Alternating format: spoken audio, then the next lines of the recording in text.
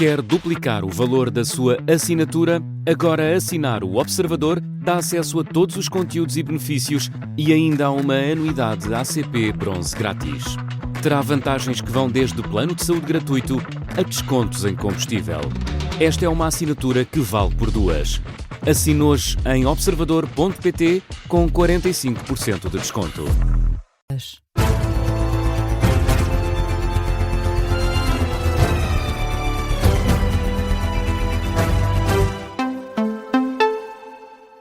As notícias com Matilde Malva Sabino. O Presidente da República promulgou o diploma do Governo para alargar o prolongamento dos contratos de concessão de 3 casinos, uma decisão tomada sem Luís Montenegro. Algarve, Espinho e Póvoa de Varzim, medida aprovada horas antes desta segunda-feira em Conselho de Ministros. O Presidente da República faz questão de mencionar que a reunião foi presidida pelo Ministro de Estado e dos Negócios Estrangeiros, Paulo Rangel, devido às férias do líder do Governo, ou seja, o Primeiro-Ministro não participou na deliberação como tinha anunciado. É o que frisa Marcelo, já que a Solverde, atual concessionário das zonas do Algarve e Espinho, foi cliente da Spinum Viva, antiga empresa de Luís Montenegro. Falamos agora de eleições presidenciais. António José Seguro está satisfeito com a presença do Partido Socialista na campanha, assegura, no entanto, que não há contaminação. O candidato sublinha a natureza suprapartidária da candidatura, menos de uma semana antes do arranque oficial da campanha para as eleições presidenciais. António José Seguro esteve esta segunda-feira reunido com o secretário-geral do Partido Socialista. O candidato a Belém agradece o apoio do partido, frisa, no entanto, que não o atrapalha absolutamente nada. Pelo contrário, vejo isso com uma grande naturalidade e, no meu caso, com satisfação. Porquê? Porque esta é uma campanha de candidatos. São candidaturas suprapartidárias. Aliás, a nossa Constituição diz isso com muita clareza. É a única eleição em que os partidos não podem apresentar candidatos. Agora, os partidos fazem parte do nosso sistema político, são essenciais ao nosso sistema político. E o facto de eles se pronunciarem apoiando candidatos é algo que eu valorizo como positivo. E, portanto, não há contaminação. Nem o Dr. José Luís Carneiro se deixa contaminar por mim, nem eu me deixo contaminar pelo Partido Socialista. António José Seguro aproveitou ainda para protestar contra a decisão da Comissão Nacional de Eleições de deixar os candidatos excluídos pelo Tribunal Constitucional nos boletins de voto de dia 18 de janeiro. Eu ouvi hoje uma explicação a dizer que, bem, já não é a primeira vez. Bem, como já não é a primeira vez, pode-se continuar a fazer. Quer dizer, isto não pode ser assim. Quer dizer, há um tribunal que decide que só há 11 candidatos. E há uma instância do Ministério da Administração Interna que manda imprimir um boletim de voto com 14 candidatos. Acham isto normal? Eu não acho. António José Seguro saiu da reunião com José Luís Carneiro a saber que o líder do PS vai marcar presença na campanha do socialista já no próximo domingo, dia 4. Nos boletins de voto para as presidenciais vão constar nomes de candidatos excluídos, porque o sorteio e o grafismo dos boletins foi feito antes da validação final das candidaturas. Dos iniciais 14 candidatos, só 11 acabaram elegíveis, sendo que ainda há recursos no Tribunal Constitucional, mas mandam as regras que os boletins tenham de estar prontos dia 1 de janeiro. Para André Ventura, os boletins de voto devem ser alterados, embora a Comissão Nacional de Eleições diga que isso não é possível.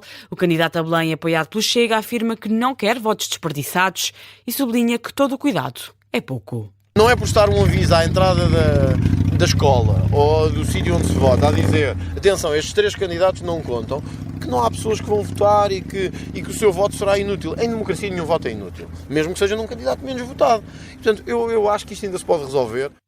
André Ventura, esta segunda-feira, numa ação de campanha em Vila Nova de Mil Fontes, no concelho de Odmira, diz que vai procurar resolver a situação da via mais diplomática e menos contestatária. As críticas de Catarina Martins vão no mesmo sentido. Considera que a presença de candidatos não confirmados nos boletins de voto é um absurdo. A candidata apoiada pelo Bloco de Esquerda pede para que se alterem os prazos legais. Eu acho muito difícil explicar que não tenha sido ainda possível arranjar a forma de ultrapassar esse problema.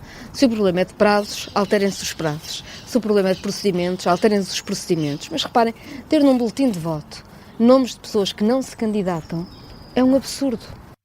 Já João Coutinho de Figueiredo diz que é uma daquelas consequências infelizes de um processo eleitoral que há muito precisava ter sido revisto. Luís Marcos Mendes fala em desleixo do Estado e Henrique Gouveia Melo antecipa uma confusão entre os eleitores na hora de votar com nomes de candidatos não elegíveis no boletim de voto. A Comissão Nacional de Eleições admite também o mesmo e lamenta a situação. E o Partido Socialista apela à desistência dos candidatos presidenciais à esquerda de António José Seguro para garantir que a esquerda tem um candidato na segunda volta. José Luís Carneiro considera que só Seguro está em condições de o fazer e por isso pede pragmatismo. Não está em causa o mérito, a respeitabilidade, a legitimidade de todas as outras candidaturas à esquerda do PS, mas é para todos evidente que só uma candidatura tem condições para ir à segunda volta. E, mais uma vez, deixo ficar um apelo às outras candidaturas para que procurem avaliar a possibilidade de apoiarem a candidatura de António José Seguro, na medida em que é a única que pode ir à segunda volta. Depois de várias vozes socialistas e não só pedirem a Catarina Martins, António Filipe e Jorge Pinto para desistirem, agora há este apelo de peso por parte do líder socialista. Vamos à atualidade internacional. Donald Trump deixa um aviso ao Hamas. Se não desarmarem, vão enfrentar o inferno. Uma ameaça do presidente norte-americano, deixada na conferência de imprensa que se seguiu à reunião com o primeiro-ministro israelita na Flórida, onde discutiram a segunda fase do plano de cessar-fogo em Gaza. Questionado sobre se pediu a retirada das tropas israelitas antes do desarmamento do Hamas, Donald Trump diz que o grupo palestiniano vai ter um período de tempo muito curto para abdicar das armas.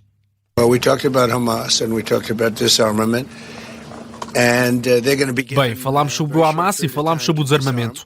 Eles terão um prazo muito curto para se desarmarem.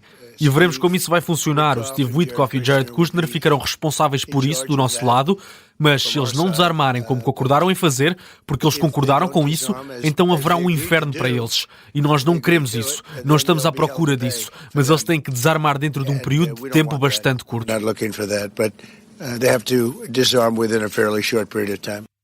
Donald Trump frisou ainda que Israel tem cumprido com o acordo de cessar-fogo e diz que a paz conseguida no Médio Oriente é para ser mantida. Já o primeiro-ministro israelita revelou que Donald Trump vai receber o Prémio de Paz de Israel pelos esforços levados a cabo para acabar com a guerra na faixa de Gaza, uma honra atribuída pelo governo israelita e que faz de Donald Trump o primeiro estrangeiro a receber o prémio em 80 anos.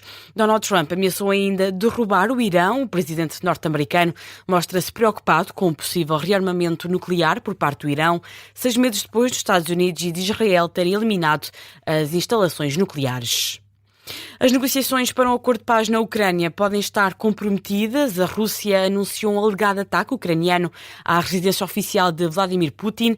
Kiev nega, mas Donald Trump dá o benefício da dúvida a Moscovo. O líder norte-americano confirma que soube do alegado ataque à residência do presidente russo através do próprio Vladimir Putin. Trump afirma que é a pior altura. O presidente Putin contou-me bem cedo de manhã e ele disse que foi atacado. Não se esqueçam que eu parei o envio de mísseis Tomahawk à Ucrânia. Uma coisa é ser ofensivo, outra é atacar a casa dele. Não foi o tempo certo para fazê-lo. E eu soube diretamente do presidente Putin e fiquei muito chateado. Nós vamos descobrir. Vocês estão a dizer que pode não ter acontecido? Talvez. Mas o presidente Putin disse que sim.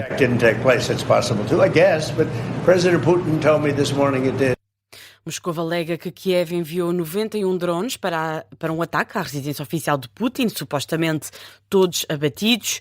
Do lado ucraniano, o presidente Volodymyr Zelensky rejeita as acusações do Kremlin.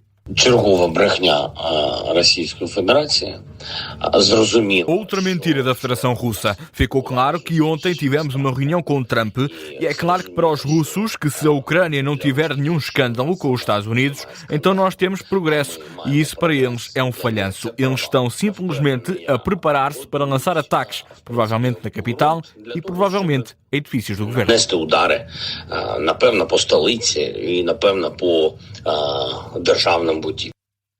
Depois de ouvir as duas versões da história, os Estados Unidos dizem que vão investigar o ataque. Morreram 2 pessoas no ataque norte-americano a um navio no Oceano Pacífico. As Forças Armadas dos Estados Unidos realizaram esta segunda-feira um ataque contra um navio suspeito de tráfico de drogas. A partir de uma publicação nas redes sociais, esta noite, o Southcom, o Comando Sul dos Estados Unidos, afirma que morreram 2 homens, alegadamente narcotraficantes. Nenhum militar das Forças Armadas dos Estados Unidos ficou ferido. E no desporto, o Futebol Clube do Porto venceu o AVS por 2-0 no Estádio do Dragão, um jogo a contar para a jornada 16 do campeonato. Os 2 golos foram marcados por Samu aos 48 e aos 64 minutos. No final da partida, o treinador dos Dragões, Francesco Farioli, considerou que a vitória foi justa para os azuis e brancos.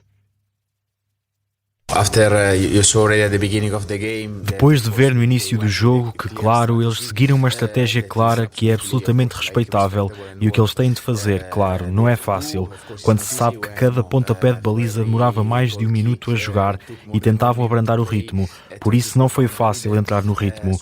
Acho que a segunda parte foi melhor, abordámos com mais iniciativa e isso levou ao resultado que acho bem merecido. O Porto soma assim a 15ª vitória no campeonato e mantém a invencibilidade. Tornam a carimbar o primeiro lugar isolado no campeonato, com uma vantagem de 5 pontos sobre o segundo lugar, o Sporting, e alargam a distância para o terceiro lugar, Benfica, estão a 10 pontos acima dos encarnados. O próximo jogo do Futebol Clube do Porto é no domingo, o primeiro do ano, frente ao Santa Clara, em São Miguel, nos Açores. Uma partida que pode acompanhar com relato e análise aqui na Rádio Observador. Notícia de fecho deste jornal. A informação regressa às 5. Até já.